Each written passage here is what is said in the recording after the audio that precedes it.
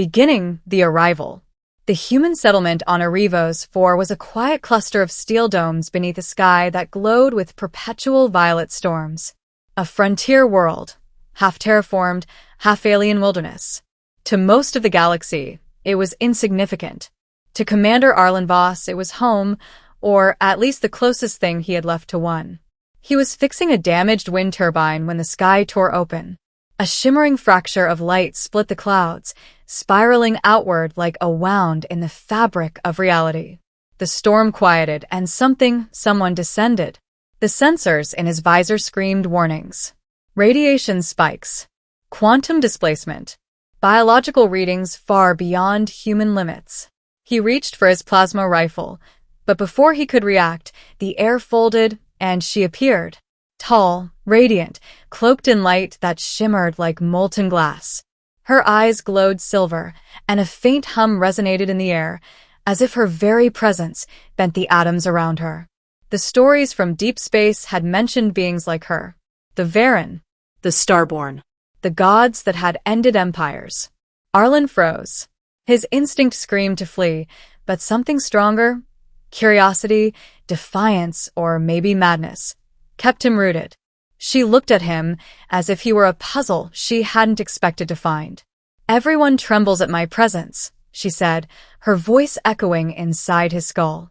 "So tell me, human, why do you face me without fear?" Middle, the encounter. He swallowed. "Because I've already lost everything worth fearing for." Her luminous eyes flickered, confusion, maybe surprise. "Explain." "My world was burned. My people fought the ascendancy, your kind, 20 years ago. My wife, my child, my command, all gone." He lowered his weapon. "So no, I don't tremble anymore. You can't take what's already ashes." The alien tilted her head, studying him. "Strange creature," she murmured.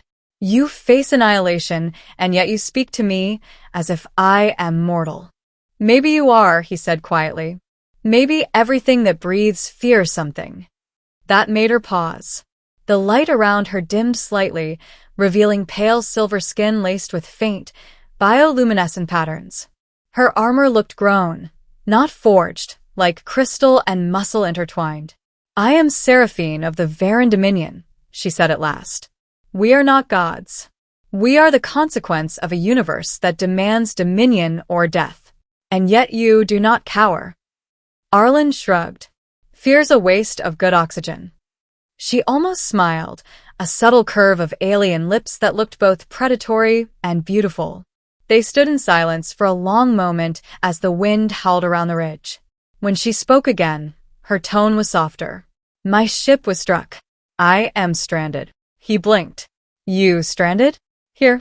Her gaze drifted to the horizon. "My kind does not fall easily. Yet here I am. Damaged. Fading." Without another word, he offered his hand. "Then you'll need shelter." Her eyes glowed brighter. "You would aid your enemy?" He met her gaze. "You're alive. That's reason enough." Middle, the fragile peace. Days turned into nights. The storm never ceased, painting the sky with arcs of plasma.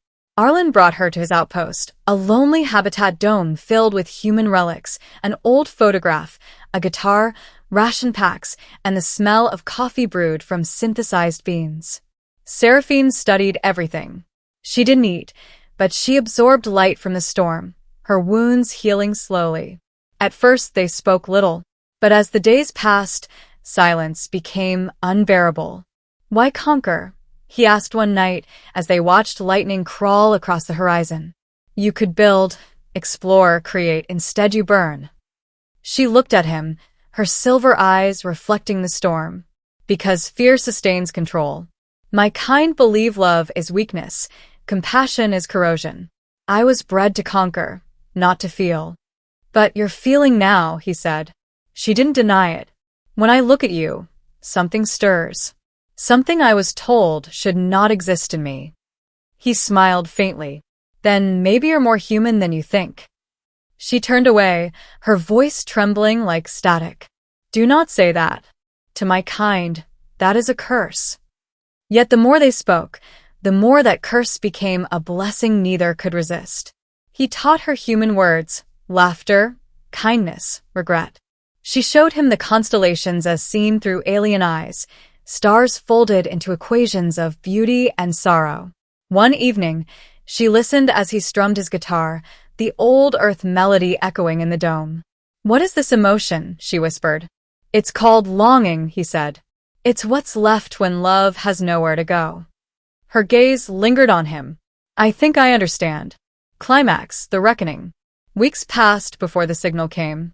Arlen was outside repairing the comm array when a rift opened in the clouds again. This time, it wasn't an accident. 3 colossal ships emerged, sleek, obsidian, shaped like daggers slicing through the storm. The Varen Armada.